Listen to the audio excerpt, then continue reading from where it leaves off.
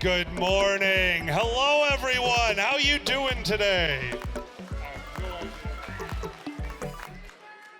This is your first FurCon, and how many of you out there actually are at your first FurCon? Raise your hand. Okay, you're lying. I've seen you before. Stop it. This is horrifying. All right, everybody, if you can go ahead and grab a seat real quick. I love seeing this. Guys, thank you for being here. Yes, thank you. That is great. I really like seeing new people showing up to this panel and trying to figure out what's going on because furry is slightly different. So those of you who are here for your first FurCon, get those hands up again if this is your first convention ever. Raise them. You've never been to a convention before. Put your paw down, Pounce. Oh, I love this. Now, Alkali, one thing we need to make a quick announcement. For those who have who are hearing impaired, we do have someone who is providing ASL interpretation. Thank you very much. If you need an ASL interpreter, we do ask that you stay on this side of the room. And I will not say any weird words like onomatopoeia, triskaidekaphobia, and all kinds of things that he can't sign. He's doing it, crap. Okay, please continue. All right, guys, so a few things we want to go over just to help you enjoy this convention. Have a go on, Bounce. One of the first things we want to talk about is, it is your first FurCon. We have all had our first FurCons up here, and a lot of those first FurCons go the same way. An amazing time, and then calling into work sick. Every time it's the same thing. You have a wonderful weekend, and then you don't go to work on Monday. And I know nothing about that. Oh, God. And the first thing we want to do is help with that. There's a rule. It actually started in the anime convention industry. It was called Passavoy's Law, and it has since been changed to the 6-2-1 rule. Who knows what the 6-2-1 rule is? Puppy, what's the 6? 6 shots? That is the wrong rule, puppy! Okay, we're gonna try this again. I'll see you at the bar. All right, over here. What does the 6 mean? Who knows what the 6 means? Over here, what do you got? 6 hours of sleep a night. Now, why do we do 6 hours of sleep? So here's what's about to happen. You are about to experience something that maybe you've never done before. Not an anime con, not a furry con. The amount of things to do, the amount of people to meet, the amount of friends to see is nearly overwhelming, and every single one of us, including myself in my first FurCon, have the same thought. I am going to own this night. Why would I need sleep when entertainment is at foot? Here's why you need sleep, because you're going to die. At some point, you need to shut down your body and let it rest and recover. While you are resting, while you are sleeping, while you are regaining that energy, your body is fighting all of those amazing new viruses and pathogens you have met this weekend. Because you're not here alone. Here this weekend, KP, how many different countries do we have represented here? Is that a piece of information you have? I believe the last time I saw registration, it was 12. We have 12. But there are probably more. Brazil in the back, right here from Danny, the Brazilian con chairman. Danny, thank you so much for being here. Love you, buddy. We do know there's some people from various European countries, Canada, Mexico. We might have someone from Japan. Exactly. So in other words, you are about to encounter viruses and pathogens that your body has never encountered before, and your body needs time to fight that.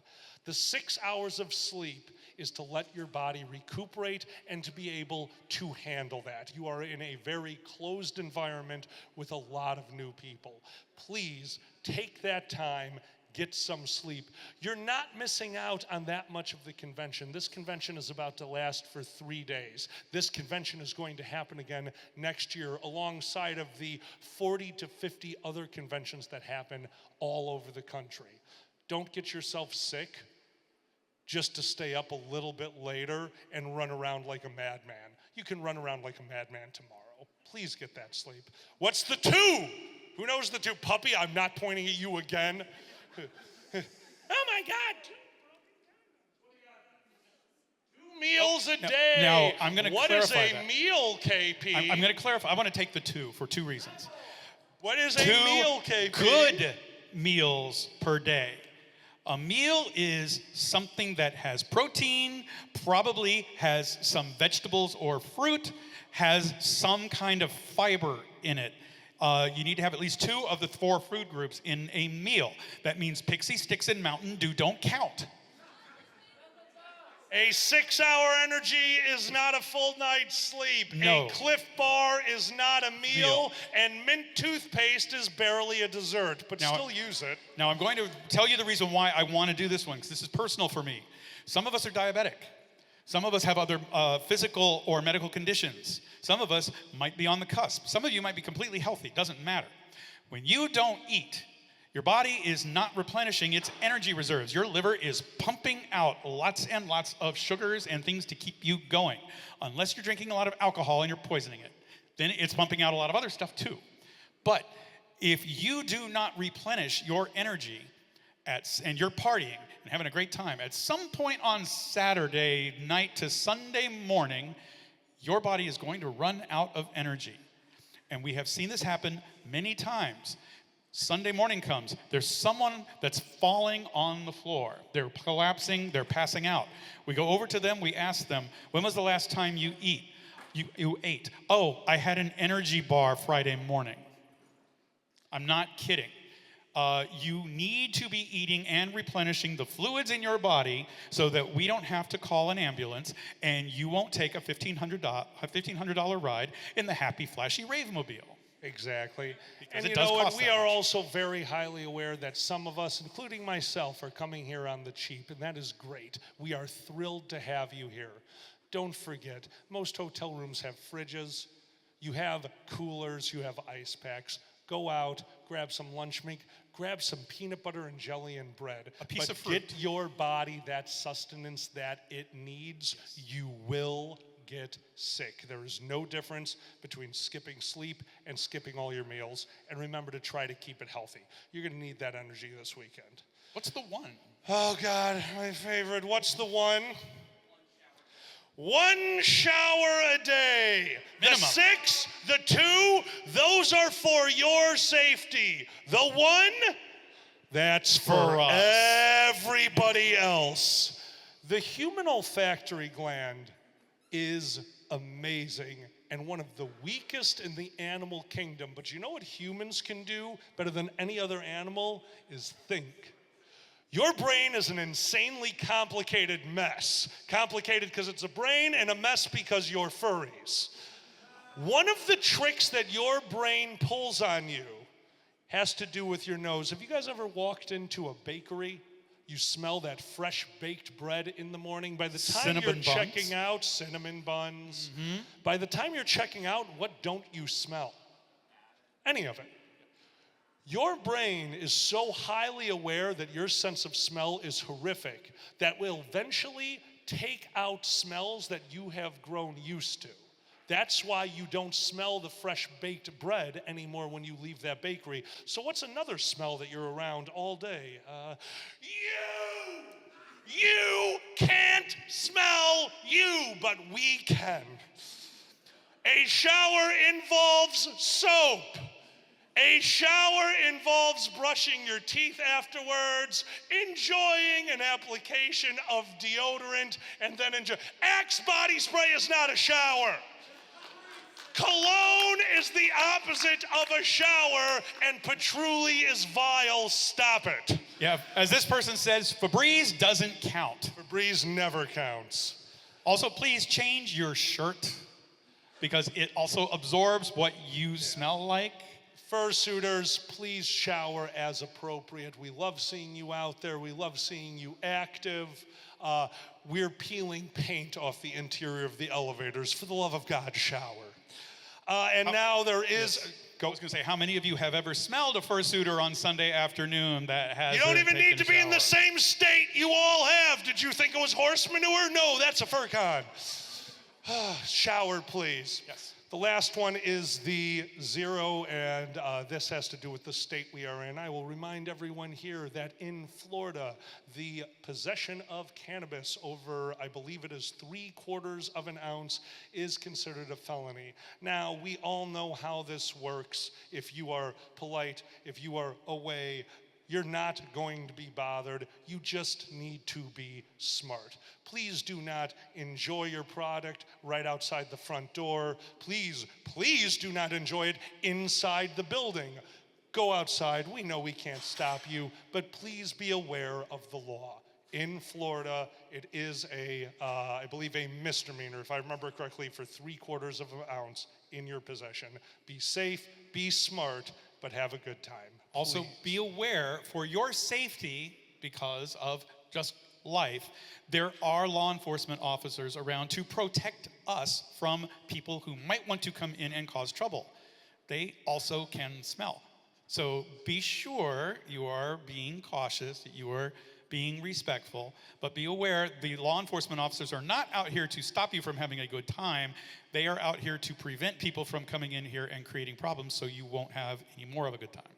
And that, of course, leads us to the other just bookkeeping things we need to take care of. There is no smoking of any kind inside the hotel. There's no vaping. There is nothing like that. Please head outside to the required areas or just outside away from people. That's fine. Be smart about it. Don't ever forget what the real job of the board of directors at any convention is. When it boils down, all it is we need to exist next year.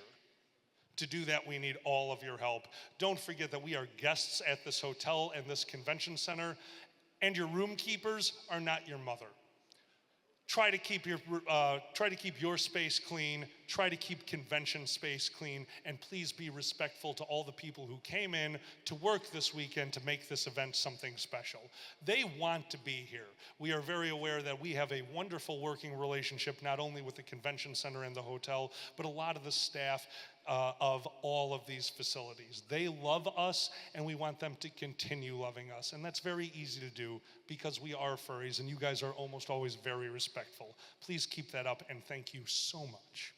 For our housekeepers, keep in mind they are refreshing your rooms on a regular basis, including bringing you towels. Fursuiters who are taking lots of showers, everyone is taking a shower at least once a day. They will refresh your towels and such. When they come into your room and do a quick refresh, it is customary to try to leave them a small gratuity. Please don't, if you're going to leave a gratuity, don't wait until the end of the convention, because there are different housekeepers on the weekend than there are on Monday. So you'll be stiffing the people working on the weekend, giving you stuff and giving it to someone on Monday who's cleaning up after everything that you did all weekend instead of bringing you towels and the things you want. Now into the nitty gritty. A while ago we asked you if this was your first FurCon or your first convention ever, because FurCon is different.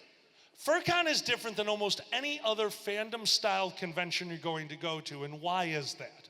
I go to conventions all over the world. I have a very lucky life. I get to MC for a lot of places. I've MC'd anime cons. I MC corporate events. I MC events that do television shows. The Walking Dead had me out on their stage a few years ago just to MC their event. And I got to see the difference between all of it, and what it really boils down to is just one thing. All of them have an IB. All of them have a product that is being made by somebody else that needs to be created for them to exist. They're consumer cons. But not furry. No. Furry is a fan of itself. Who out there has a fursona? If you've come up with your furry name, your furry character regime, you're artists. You have created something that is now part of the fandom. You have created a living, breathing piece of art in and of yourself. And that is the difference between all of these conventions. Furries are fans of each other. So they are producers. They not are consumers. producers. You are a producer convention, Thank you not for a being consumer producers. convention. Yes, thank you.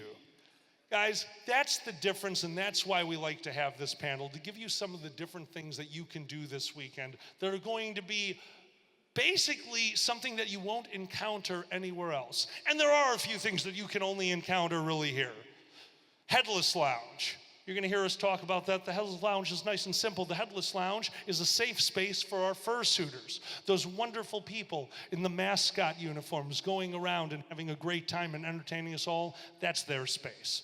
So just bear in mind, because we're going over things you may not have encountered before, the Headless Lounge is for fursuiters only. It's a chance for them to take off the head, dry out the suit, be comfortable. There's no flash photography in there, and most importantly, we don't go in there. Unless you are a handler or a suitor, don't go in the headless lounge. That's their space. It's not a social zone. It's a place for people to cool off. It is a very nice place to cool off. But that also means that you're going to be encountering fursuiters this weekend, a huge part of the furry fandom. Let's hear for the fursuiters. Yeah, we've got a few of them here. For our new people, who has never really encountered or interacted with a fursuiter before? Raise your hand. A couple. Wonderful. We're going to give you some tips, tricks, and pitfalls to try to help you this weekend because, again, there are so many of these fursuiters, and it's not like at anime where they are cosplaying and in their costumes. Fursuits are different. Fursuit is not a costume. You're never going to hear me refer to a fursuit as a costume. Because a fursuit means a lot to the people inside of them. Really quick, before we even start talking to our wonderful volunteers up here, I have a wonderful, fun question. Right now, in the fandom, what is the most expensive suit that has been purchased for convention use? Who knows what that number is as of right now? I might be off. This number changes constantly, but this one was as early as a year and a half ago. Who thinks they know? $50 for one. You pay $50 for it? Yeah, we're old though, so that doesn't count. Who thinks they know? What do you got? 6 zeros to that? You're not that far off. Okay, if you just say 6 shots, I'm throwing the microphone at you. What? 32K. That was years ago. I'll give you a hint. The newest suit that went for a very large amount is made by the same people who made the xenomorphs from the Alien series. It is a quadruped suit. It has full cooling technology in it, multiple fans, and can be put on solo. That should give you an idea where we're at. What do you think it cost? $43,000 was a good one. This suit is $68,000. Why? That is a Tesla. Why would somebody do that? Love. Because it's not a costume. Love. It's an act and a work of art and a work of passion. Some create themselves, but some commission it because they love what they do. Some of them, it's them. For some of us, these costumes let us bring out the personality that we most want to show. When I get up onto a stage, I have all this space between me and you. It's very easy for me to talk to you. Find me outside. See how awkward I am in real life. It's scary. That's my solace. For some of them, that barrier, that fursuit, that's their solace. And it lets them be them. It's also not a costume. It's also very liberating for those that have done it. A person that's very, very shy and timid puts on a costume, and all of a sudden they're the most outgoing person you've ever seen. We have watched so many of the youth that have joined this fandom. Their parents will come with them. And the amount of change that they see in their children, their timid, shy kids who just wanted to go see a FurCon, to come out of their shell because they put on a fursuit. So because of that, we wanted to talk about fursuits a little while and go into the do's and don'ts. Can I get an introduction on our wonderful fursuiters if you're a talking character? Yeah. Sparky D. Hi, Sparky. Thank you for And being here. this is Fuma. He actually does not talk. Fuma does not talk. Okay. You're going to run into that this weekend as well. Non-talking characters. There's a few little tricks that you can use for them. And again, you probably saw the sign. A fursuit is not consent. We don't run up to fursuiters and tackle and hug them. We don't touch tails. We don't pet them because they look like adorable animals. A fursuit is not consent. So, Fuma?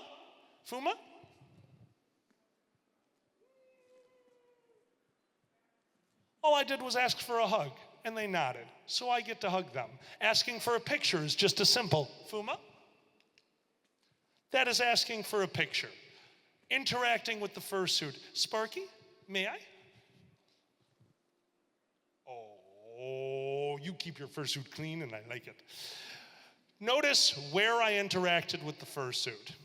Two things. One, we don't touch the face, the nose, stuff like that, because these aren't actual animals. This fur doesn't grow back. If everyone starts petting the nose, then the most front and center feature of the fursuit is going to be the first thing to wear out. They're also much harder to clean. Oh, dear God. Because bodysuits can be washed or laundered in certain ways. Fursuit heads, depending on how the eyes are constructed, cannot be dunked. They're usually made of foam, upholstery foam most of the time, so like a big sponge. But some of them, this one in particular, because Fuma and I are together, this particular type of eye, if you get it wet or you get alcohol on it, the color will run or it will chip off. I can't get alcohol on them? I got to stand over here.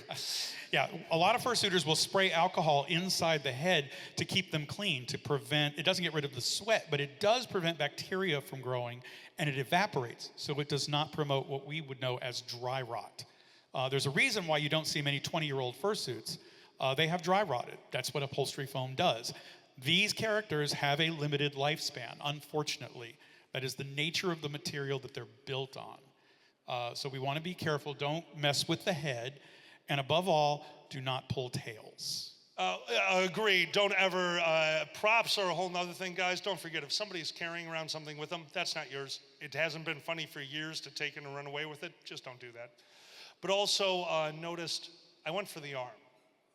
You never know who's in a fursuit. It could be your best friend. That's a fursuit. They could have lent it to somebody. If you're going to interact with a fursuit, please start by interacting with the arm. That is a good place to interact with the fuzziness that is a fursuit. Also, Fuma, I haven't got to touch your fursuit yet. Oh my God, you are so soft. Isn't he soft? You are so soft. It is perfectly acceptable to ask to interact with the fursuiters, ask for a hug. They're out there, they're being playful, they want that. Have that interaction. On the other side of that, the safety concerns of a fursuit. We're gonna do my favorite test right now, and I'm gonna do it on Fuma because I can see how those eyes are set. Okay, Fuma, KP, would stand you? over, stand over here so people can see. Yeah. Fuma, if you would mind, right hand to the right, left hand to the left. When you can see my hands, raise the corresponding hand. Are you ready? Here we go. When you can see my hands, raise them. There we go. Okay. This is his field of vision. Now, there's another field of vision, and it's top and bottom. This is my favorite. When you can see the top, raise your left hand. When you can see the bottom, raise your right hand. Here we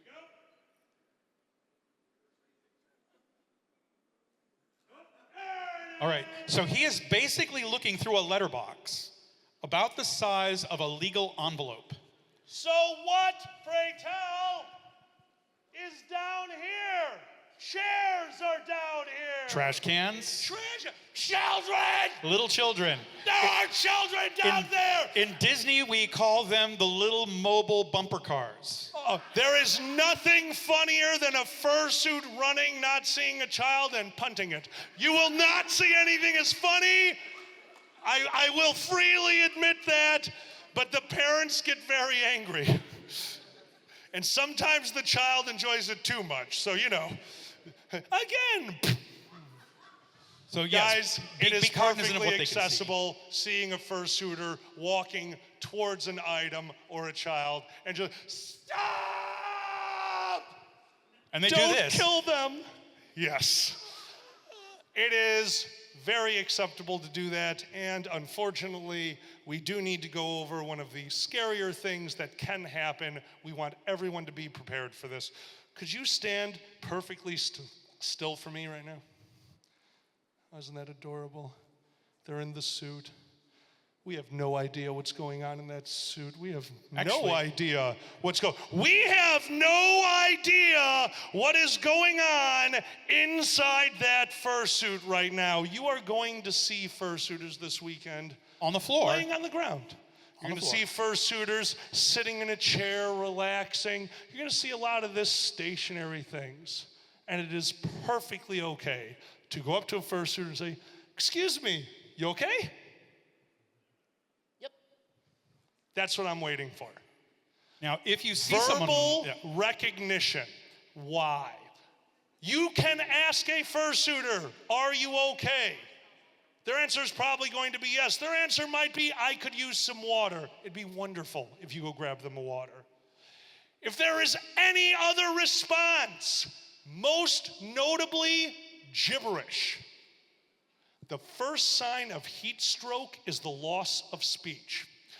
We have put a thermometer inside of classic fursuits at Anthrocon a few times in a row, a few years in a row. What do you think Who the temperature knows? in the head? Exactly. The headpiece. What do you think the temperature can get to in Who's there? got a guess? All the way back there. 110? Higher. 180? They would be dead. 147 is a little low, is a little high, a little lower. Last one. What?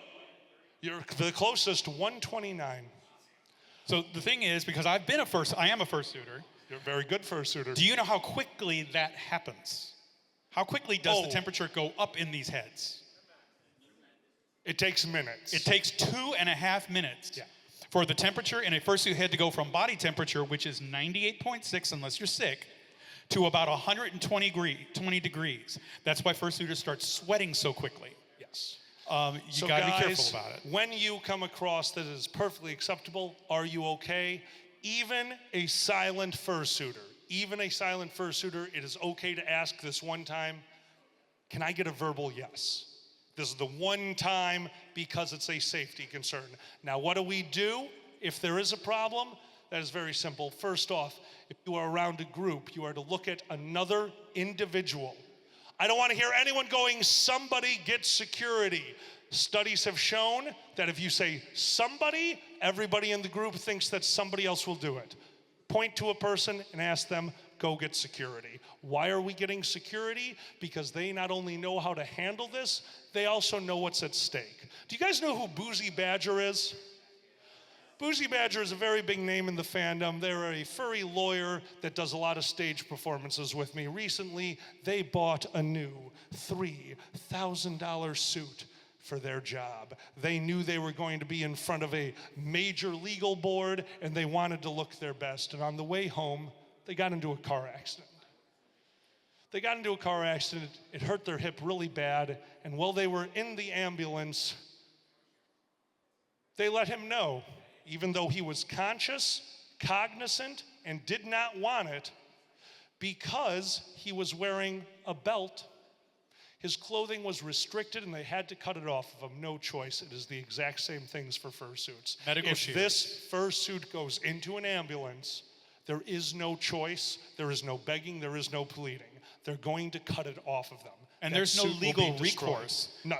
They have the legal right to do that if they believe your life is at stake. They have to do that, the second they hit a certain threshold. Guys, we're here to keep each other safe. Don't ever forget, your security team here is trained with how to deal with these situations. I actually hate that they're called security, and this is another thing about FurCons. Thank you. They're a safety team. If you're throwing a party and safety comes to the door, could you quiet it down a bit? Let me translate that for you. The hotel knows about you and wants you to shut up, but we're here early. Guys, that's what safety is there for. Oh, before they sit down, guys, give your fursuiters a huge round of applause. I know we started late. 15 minutes, okay. Guys, that's a lot of the safety things you're going to need to know, and that's a lot of the major differences. One other big one, and it involves fursuiters and elevators. Elevator lines, hit it. So furry conventions have one very specific peculiarity, and we ask that everybody honor it. Fursuiters can overheat very quickly. If a fursuiter gets into an elevator line and it's long, the convention allows them to go to the front of the line. They're not cutting the line. That is something that we have traditionally allowed because we don't know what's going on in those costumes. And if they are getting ready to suffer heat stroke, they may not have an ability by themselves to take the head off and navigate upstairs. Some costumes, they're snapped on, or they may have an attachment. They need to get upstairs to have something to help them get it off. Please, do not cut in front of fursuiters at the elevators. They go to the front automatically. We may ask only 2 or 3 of them to get on at a time, but they are allowed to go to the front of the line along with anybody that has a disability or some kind of accessibility need. I just want them to go up to the room quickly so they can shower. Those fursuits are warm. We want to get into, I do apologize, the panel has to be cut short because opening ceremonies went long, and we don't want to keep you afterwards because we have Box of Lies coming up. But that leads us into what we're going to call the last topic for the day. What to do. Some of you, this is your first FurCon. That's great. Some of you, this is your first convention. That's almost overwhelming. And I know, a FurCon was my first convention. Years and years ago, back at Midwest Fur Fest, I had a friend of mine drive me to that convention. He did not stop the car. He was worried. I moved out of a moving vehicle, and then I enjoyed my convention and went home. But my first year there, I was so overwhelmed because I didn't know what to do. That's what we want to help you with right now, because FurCons do have things just to help you get through the weekend and meet people. Furry is a community. Furry is the best place to meet new friends and see old friends. This weekend we have a video game room. Do you like sitting around and playing games, team games or otherwise? Exactly. Head up and see the video game room. Meet some new people. Sit down in the board game room, set out a board game and see who joins. Join the Lupus and Tabula game. Meet 30 people who like playing hidden card games. There's meet and greet panels. There are panels all weekend. The meet and greets are specifically for your characters, your species. There is an informational panels. There's an entire zone of nothing but meet and greet panel rooms this year. Informational panels, hands down my favorite. An informational panel is one thing. It's a panel of people who have a like mind to yourself to find out about the information you enjoy and to meet each other. You have performance panels like Box of Lies that you're going to see in here in about half an hour. A chance for us to entertain you and have our own fun while hopefully spreading that fun around the convention. There is always something to do, and there's always people to meet. The best friends of my life came from the furry fandom. Furry fandom changed me. And that's because I get to see all these people multiple times a year at these conventions. Some of you, I get to see once a year, and I cherish those moments, and I hope you meet somebody like that. I hope that you find somebody that you come back here year after year just to say hi to them, because that's part of what the furry fandom is. And to meet those people, you got to get out of your room, and you got to be yourselves. Don't ever forget what this is. Furry is fans of each other. We don't want you to play a character. We don't want you to hide anymore. That's for out there. Leave the bullshit for the real world. And here you have found your safe space to be yourselves. And I cannot recommend enough to letting that side of you out and having a good time. And as always, you've just met myself and KP. KP has been on the board of directors at this con for I don't even know how long. We started the convention in the year 2002.